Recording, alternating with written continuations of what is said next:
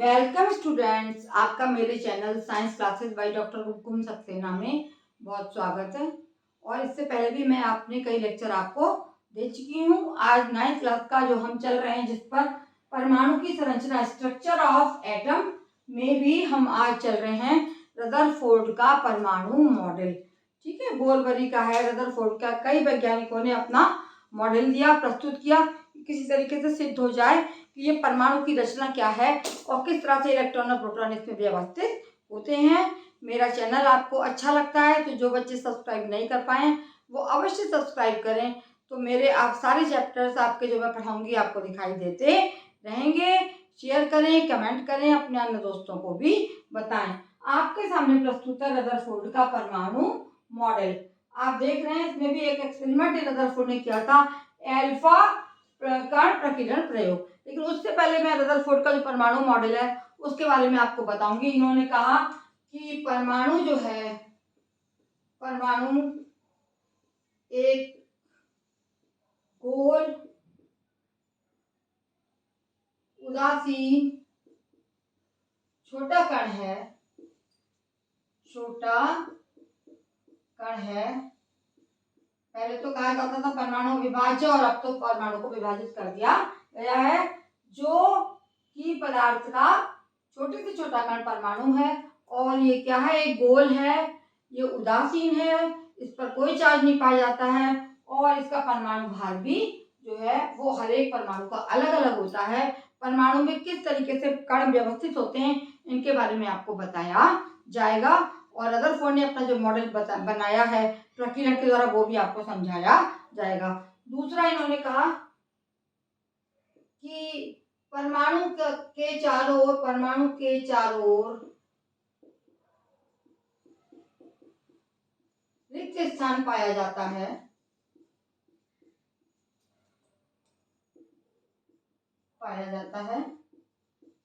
कुछ जो रिक्त स्थान है उसमें से कुछ इलेक्ट्रॉन इन रिक्त स्थान की कक्षाओं में चक्कर लगाते हैं।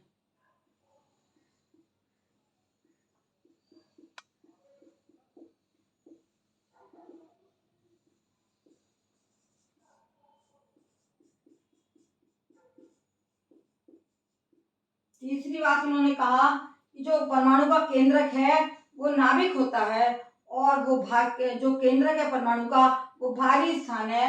परमाणु के केंद्रक में धन आयन पाए जाते हैं।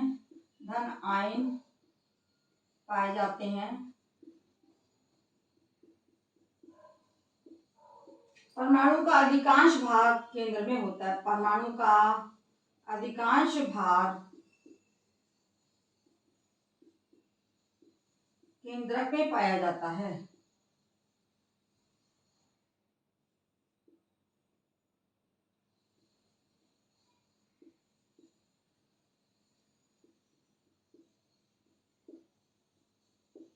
तो ये केंद्रक होता है, उसका सेंटर, वहां पर जो है धन आयन पाए जाते हैं, और सबसे भारी स्थान जो है वो नाभिक ही होता है। परमाणु का अपना भार उतना नहीं होता है जितना कि नाभिक का भार होता है। तो 1919 में रदरफोर्ड ने ये मॉडल प्रस्तुत करा था। 1919 ईस्वी में रदरफोर्ड ने ये मॉडल प्रस्तुत करने का प्रयास करा, कोशिश की कि मैं इसके बारे में कुछ समझा पाऊं। तो केंद्र में क्या हो गया, अधिकांश भार जो केंद्र में पाया जाता है, और पर नाभिकीय त्रिज्या जो है वो आपकी 10 से -12, नाभिकीय त्रिज्या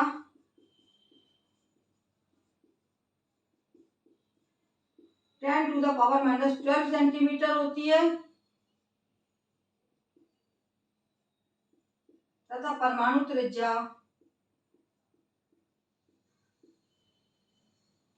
त्रिज्या जो है वो परमाणु की पूरी त्रिज्या और नाभिक जो बीच में पाया जाता है, इस बीच का केंद्र भाग क्या कहलाता है, इसका नाभिक कहलाता है। और जो परमाणु की त्रिज्या, नाभिक की त्रिज्या 10 से 12 सेंटीमीटर होती है, नाभिक की त्रिज्या परमाणु त्रिज्या 10⁻⁻8 सेंटीमीटर पाई जाती है।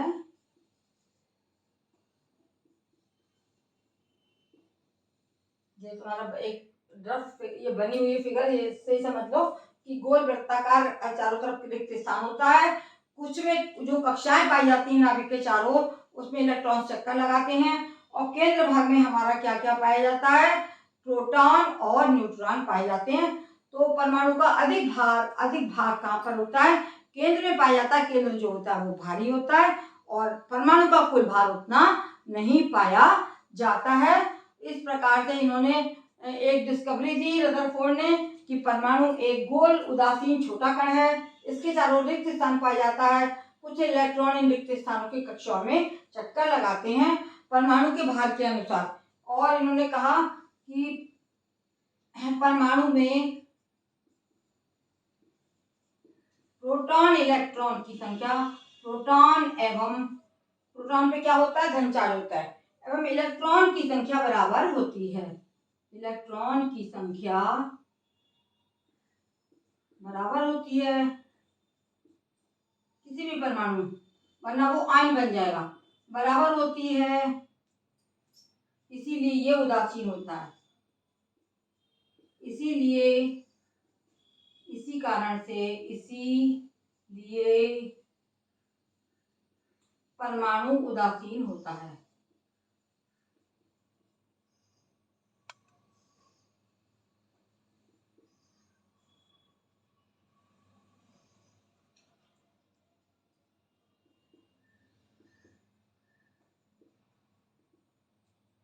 आपके सामने एक फिगर आ गई कि परमाणु एक गोलाकार भाग होता है जो हल्का होता है और इसमें दो भाग पाए जाते हैं। केंद्रक भाग को नाभिक कहते हैं और नाभिक में जो है नाभिक इसका अधिकांश भाग पाया जाता है और परमाणु का स्वयं का जो भार है वो इतना नहीं होता जितना कि नाभिक का भार होता है। ये इन्होंने रदरफोर्ड ने अपना मॉडल प्रस्तुत करा। अब इन्होंने किस प्रकार से इलेक्ट्रॉन और प्रोटॉन की खोज की है इसके बारे में मैं आपको बताने जा रही हूँ कि किस तरह से प्रोटॉन और इलेक्ट्रॉन इन्होंने खोजे और उनके बारे में इन्होंने बताया, अपना प्रस्तुतिकरण दिया। तो अब देखिए एक प्रयोग आपको दिखाया, रदरफोर्ड का अल्फा प्रकीर्णन प्रयोग। इस प्रयोग के अनुसार क्या होता है, आप देखिए कि इन्होंने क्या करा कि अल्फा कणों को ये इस पर एक सोने की पतली पत्ती ले ली, तो अल्फा कणों का इन्होंने उस पर बम्बार्डमेंट करा, बमबारी करी और उस पर डाला। तो आप देख रहे 3 डायरेक्शन में निकले हुए हैं कण। कुछ तो कण बिल्कुल सीधे चले गए, ये जा रहे हैं, और कुछ कण जो हैं वो बीच में आकर ये मुड़ जाते हैं और अपनी दिशा को बदल देते हैं।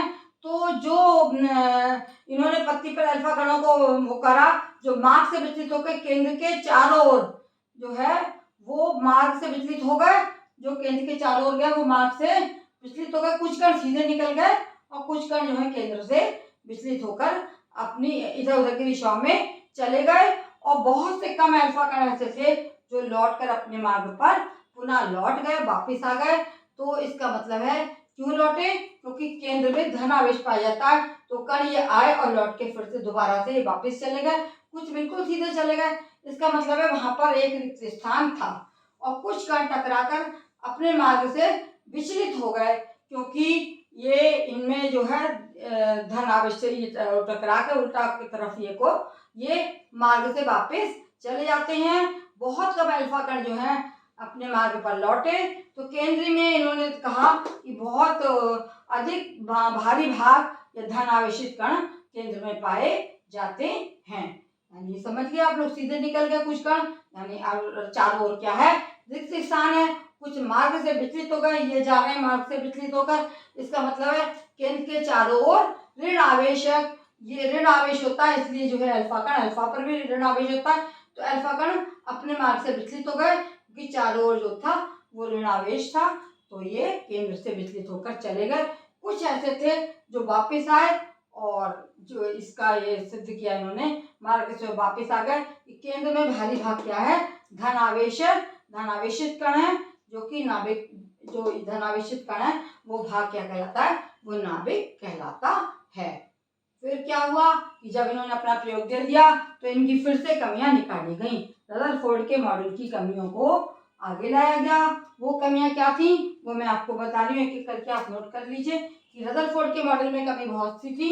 वो क्या था कि मैक्सवेल के विद्युत चुंबकीय सिद्धांत के अनुसार प्रत्येक आवेशित कण, इन्होंने ये देखिए नीचे देखा कि इलेक्ट्रॉन जो है घूमता घूमता घूमता ये ऊर्जा अपनी निकालेगा और गतिज ऊर्जा निकलते निकलते इतना छोटा हो जाएगा कि एक दिन आकर ये नाभिक में ही समा जाएगा। तो ये इसके रदरफोर्ड के मॉडल की कमियां हैं जिन्हें आप नोट कर लीजिए। रदरफोर्ड मॉडल की कमियां, हम क्या किस पे चलेंगे, रदरफोर्ड के मॉडल की क्या क्या कमियां हैं उसके बारे में हम डिस्कस करेंगे और उनको एक एक करके हम लेंगे और आपको समझाएंगे कि रदरफोर्ड मॉडल में क्या क्या कमियां पाई गई। देख लीजिए, नोट कर लीजिए और समझ लीजिए। मॉडल का आपको समझ में आ गया होगा कि बीच का केंद्र भाग जो है धनावेश है और इलेक्ट्रॉन जो चारों ओर चक्कर लगाते हैं, इसीलिए कुछ तो जो खाली थे वो निकल गए और कुछ जो ऋणावेश से टकरा के वापस मुड़ गए और कुछ ऐसे थे जो बीच में जाके लौट के आ गए। तो रदरफोर्ड मॉडल की कमियां,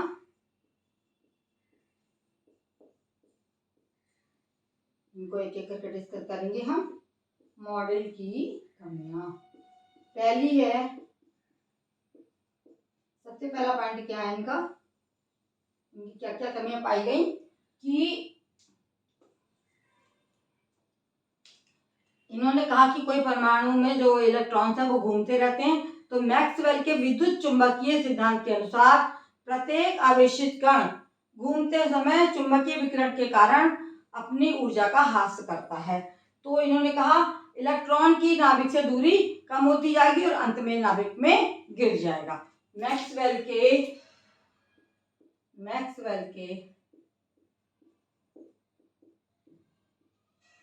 विद्युत चुंबकीय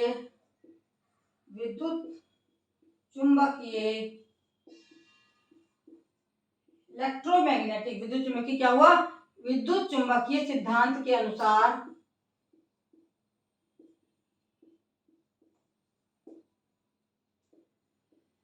प्रत्येक आवेशित कण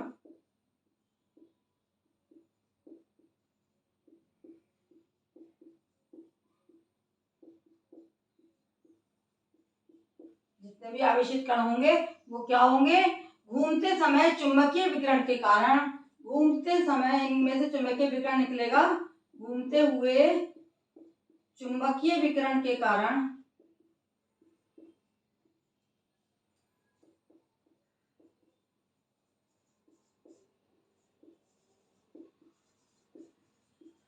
घूमते घूमते क्या होगा, चुंबकीय विकिरण उसमें से निकलेगा, अपनी ऊर्जा का ह्रास करता है। इससे ऊर्जा निकलती रहेगी, अपनी ऊर्जा का ह्रास करता है, कम होती जाती है ऊर्जा,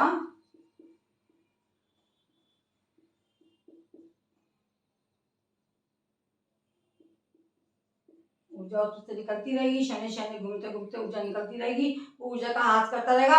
अतः इलेक्ट्रॉन की नाभिक से दूरी, इलेक्ट्रॉन जो है घूमते घूमते इसकी नाभिक से दूरी कम हो जाएगी और अंत में नाभिक में गिर जाएगा। अतः इलेक्ट्रॉन की नाभिक से दूरी कम हो जाएगी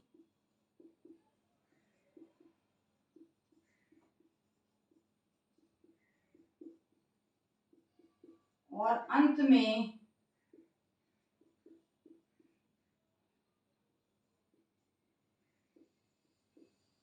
ये नाभिक में गिर जाएगा। ये इसकी बहुत बड़ी कमी थी क्योंकि ऊर्जा का ह्रास होगा, चुंबकीय विकिरण निकलेगा, विद्युत चुंबकीय विकिरण घूमते घूमते घूमते ह्रास होता रहेगा धीरे धीरे, लेकिन ये इस पे यहाँ पर ये प्रोटॉन है नाभिक है, यहाँ पर ये इलेक्ट्रॉन जो आके नीचे गिर जाएगा। और नाभिक के चारों ओर वृत्तीय कक्षाएं संभव हैं। इनमें से इलेक्ट्रॉन जिन कक्षाओं में कितने वेग से घूमते हैं ये इसके बारे में नहीं बता पाए, है ना। नाभिक के चारों ओर वृत्तीय कक्षाएं, वृत्त में कक्षाएं पाई जाती हैं, कक्षाएं संभव हैं।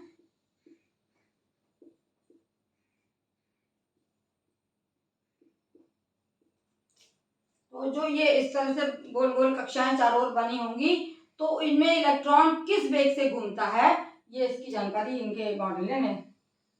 इसमें इलेक्ट्रॉन किस वेग से घूमेगा,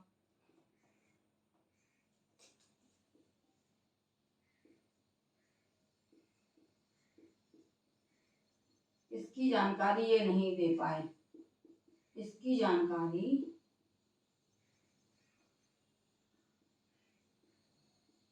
ये नहीं दे पाए।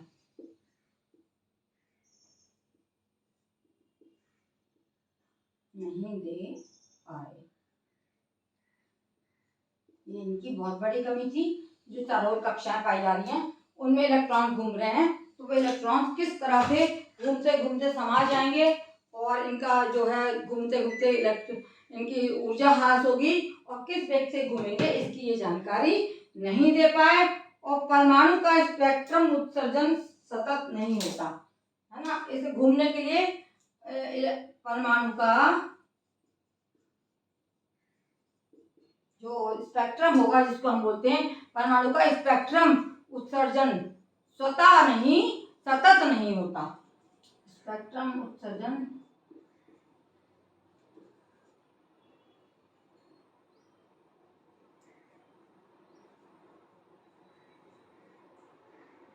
क्या नहीं होता है, परमाणु का ये स्पेक्ट्रम उत्सर्जन सतत नहीं होता इलेक्ट्रॉन की ऊर्जा ह्रास के लिए, है ना। स्पेक्ट्रम उत्सर्जन सतत नहीं होता।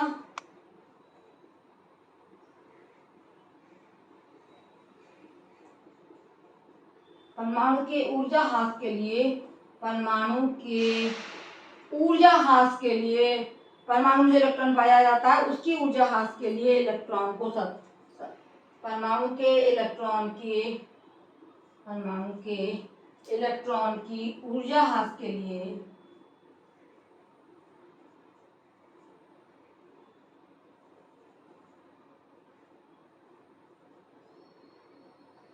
ऊर्जा ह्रास माने ऊर्जा की जो नष्ट हो रही है, ह्रास के लिए जो स्पेक्ट्रम है, स्पेक्ट्रम को सतत होना चाहिए।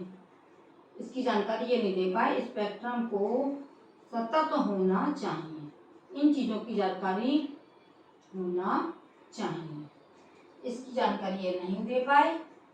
ये आपके सामने मैंने रख दिया इसका रदरफोर्ड का परमाणु मॉडल, जिन्होंने 1919 में अपना बनाया था। फिर उनके मॉडल को प्रस्तुत किया गया, उसके बाद उनकी कमियां आई और उसके बाद में इन्होंने ये जो बताया कि घूमता हुआ आवेशित कण किस तरह से इलेक्ट्रॉन घूम के इसमें गिर जाएगा, इन सब चीज़ों को ये स्पष्ट नहीं कर पाए। परमाणु का जो स्पेक्ट्रम उत्सर्जन है वो सतत नहीं होता है, इसलिए इलेक्ट्रॉन की ऊर्जा ह्रास के लिए स्पेक्ट्रम सतत होना ही चाहिए। ये सब इस मॉडल की कमियां थी। फिर इसके बाद में बोरवली तथा अन्य लोगों का मॉडल आया। मेरी कक्षा आपको अच्छी लगी हो तो बच्चों इसको सब्सक्राइब अवश्य करें, सब्सक्राइब करना ना भूलें, अपने दोस्तों को बताएं और लाइक करें, शेयर करें तथा कमेंट बॉक्स में कमेंट करके मुझे अवश्य बताएं।